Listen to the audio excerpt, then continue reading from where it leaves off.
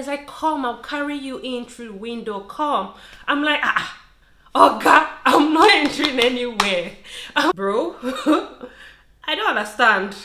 I beg, explain. That one trip to Ife almost cost me my body, cost me my wallet.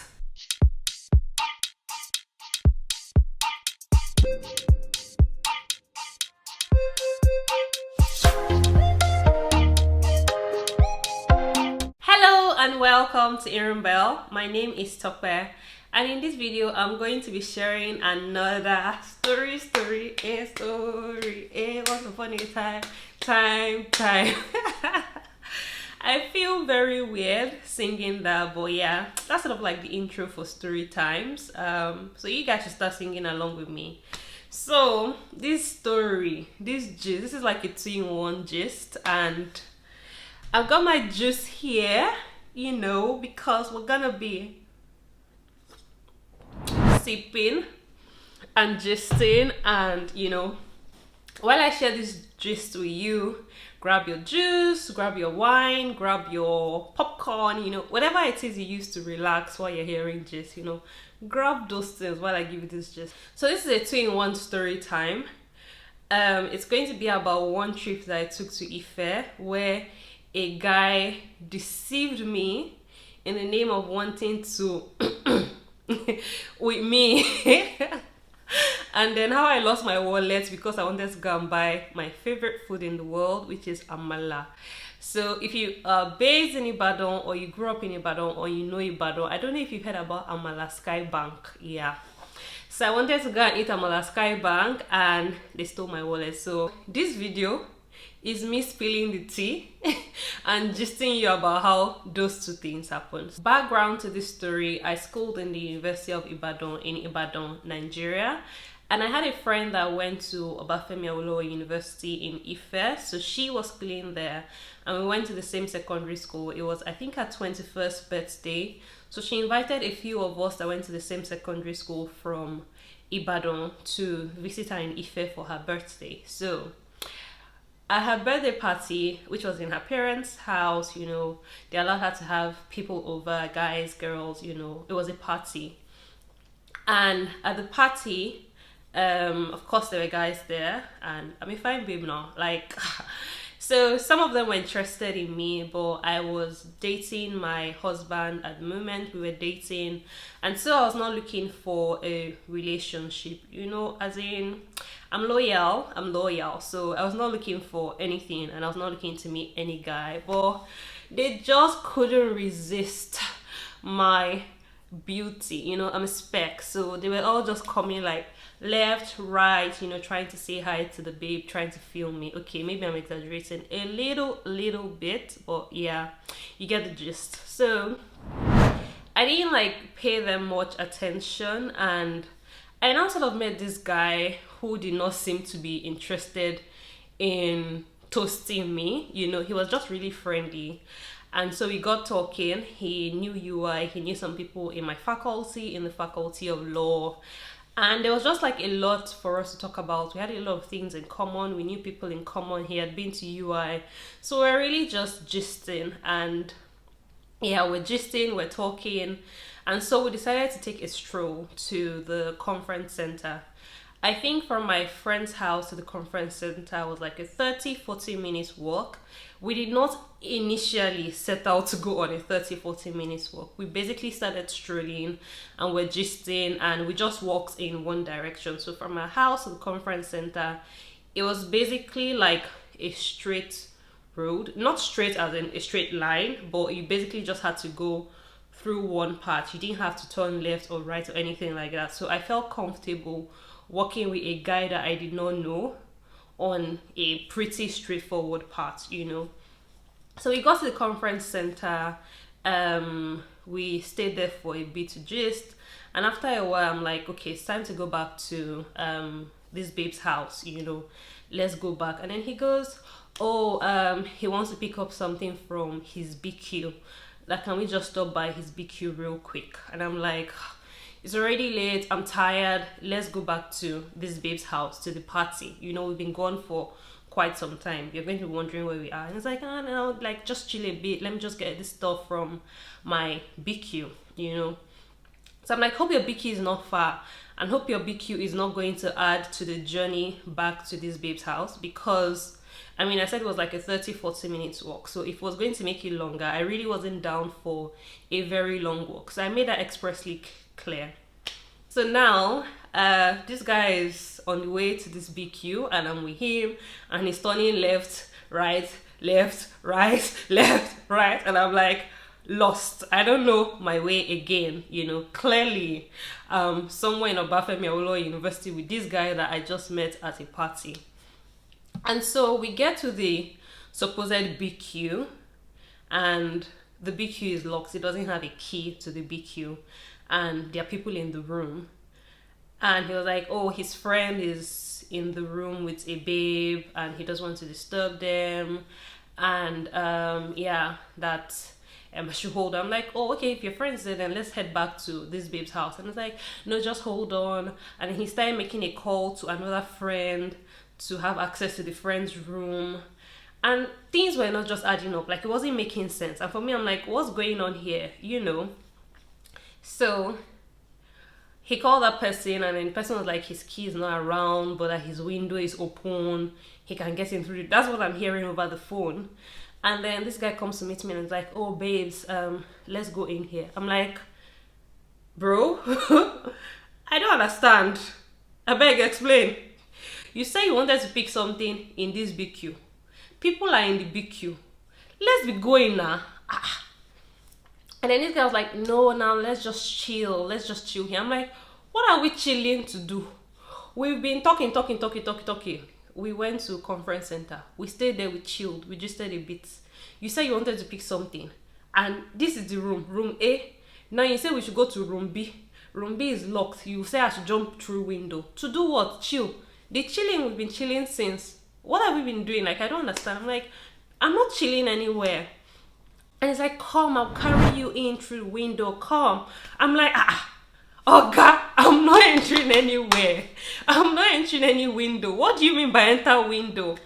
And it's like, come on, babe. No, now see, now then he jumped in. I was like, see, it's not difficult. It's not difficult. I can lift you if you want. I can lift you. And I'm like, don't lift me. I'm not entering anywhere with you, because this story is not adding up. Like, I still didn't understand. And for me, I was just wondering, okay, if you want to get something in this room, then you have to jump through the window. Jump in, get the thing, and let's be going. Little did I know that I was the thing that Oga wanted to get in the BQ. So that's how, like, wait, and it's like, come on, babe, why you being a spoil sport? Come in, let's chill. I'm not coming in. I am not coming in anywhere. Not me and you. You know? And then he goes, come on, babe, chill. I just wanted to have sex. And I was like, okay. Okay. Thanks for letting me know. But I am not interested. Can we be on our way back now? And you know, and it was like, cause I'd like, what do you think? What do you think I was talking to you for? I'm like, you should have just told me since. That the reason why you spoke to me for the last how many minutes was because you wanted something from me. I was the thing you wanted to take from the BQ, you know. And so I'm like, I'm not entering the room. You're not having sex with me. And can you please get me back to this babe's house, you know? And if you're not going to get me there, I'm going to call her now to come and pick me from wherever this place is. And my friend drove. She had a car and she could drive. So I knew that was not going to be an issue. So I typed a text message on my phone, but I didn't send it because I also didn't want to worry her.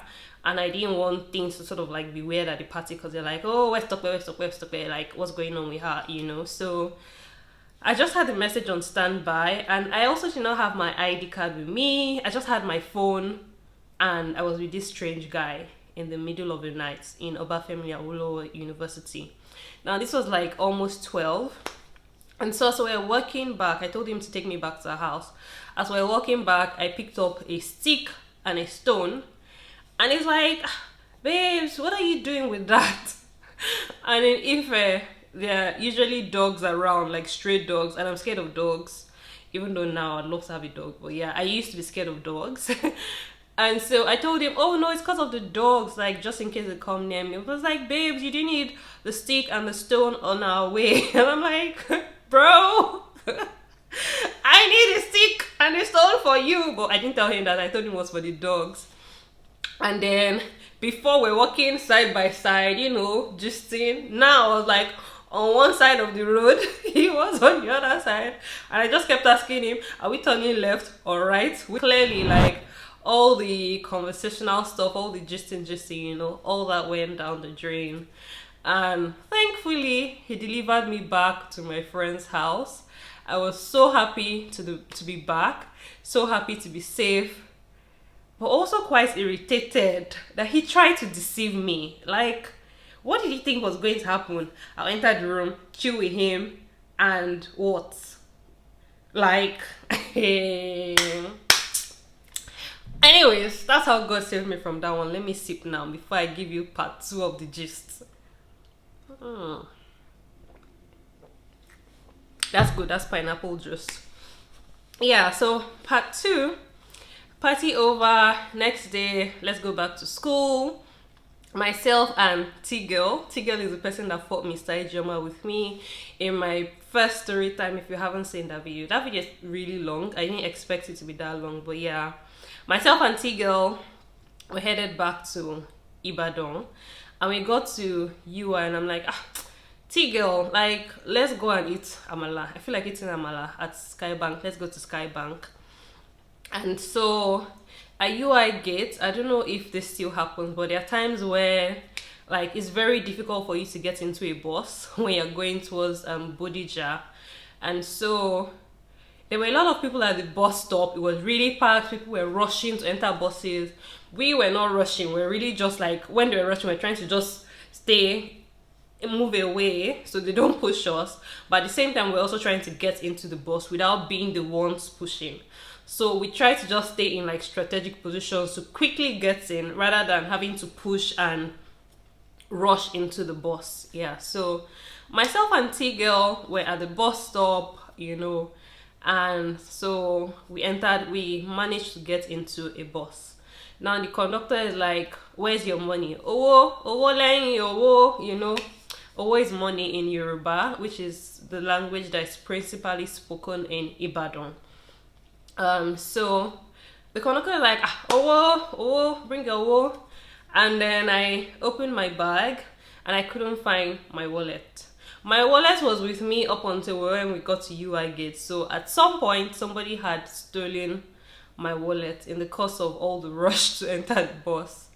And thank God that T-Girl was with me, because I wouldn't have had any money to pay for the fare. And it's really, really, really embarrassing when you're like a decently dressed person, you look okay, and you enter a bus and you're like, "I don't have money for my fare," Those things annoy conductors. And if you don't know what Ibadan conductors are like, oh my God, they can insult your destiny, your life, your everything, So thank God for T-Girl. I was like, T-Girl, I can't find my wallet too. Please, you have money to pay for my boss. And so she paid. I don't remember how much it was, but it wasn't a lot of money in any case. So she paid for me. We got to Bodija. She also paid for my amala. Amala Skybank. Oh my God. That thing is... Amala Skybank. I lost my wallet for you, but no beef, no pains. The amala was worth it. Amala, ewedu, gbegiri, pomo, all that good stuff. So at the end of that whole bus saga, we got down, we went into Amala Skybank. I had an awesome meal, and then T-Girl paid for my transport fare back to UI. I stopped by the bank to tell them that I'd lost my wallet so that they could cancel my cards. That whole ordeal of like losing my wallet to some petty theft, really cost me a lot of trouble, because I had to change my cards, which wasn't really a big deal, but I also lost my student ID and getting a new ID card in Ibadan. Oh my god. They'll make you go through like different departments. You get police reports, get school police security reports, and it's just a nightmare. And yeah, so I had to go through all that whole process, but that one trip to Ife almost cost me my body, cost me my wallet, and yeah, but you know, we just thank God we don't look like what we've been through. Yeah, I'm grateful nothing happened to me, my body. And yeah, even though I lost my wallet, like the amala was totally worth it. And yeah, so that's the end of this story time. I hope you enjoyed this video. If you did, please and please let me know in the comment section. Share it with your friends, with your family, and let me know, like, have you ever been stranded because somebody stole your wallet? Like, I have another story. Me, they've stolen from me so many times, so many. But yeah, let me know if they've stolen your wallet before. Let me know if you have any stories about like how men, guys, you know, have tried to deceive you just because of that, you know. And how you got out of those situations. So please share your stories as well in the comment section. I'll see you again in my next video. Until then, stay blessed, stay safe, and bye.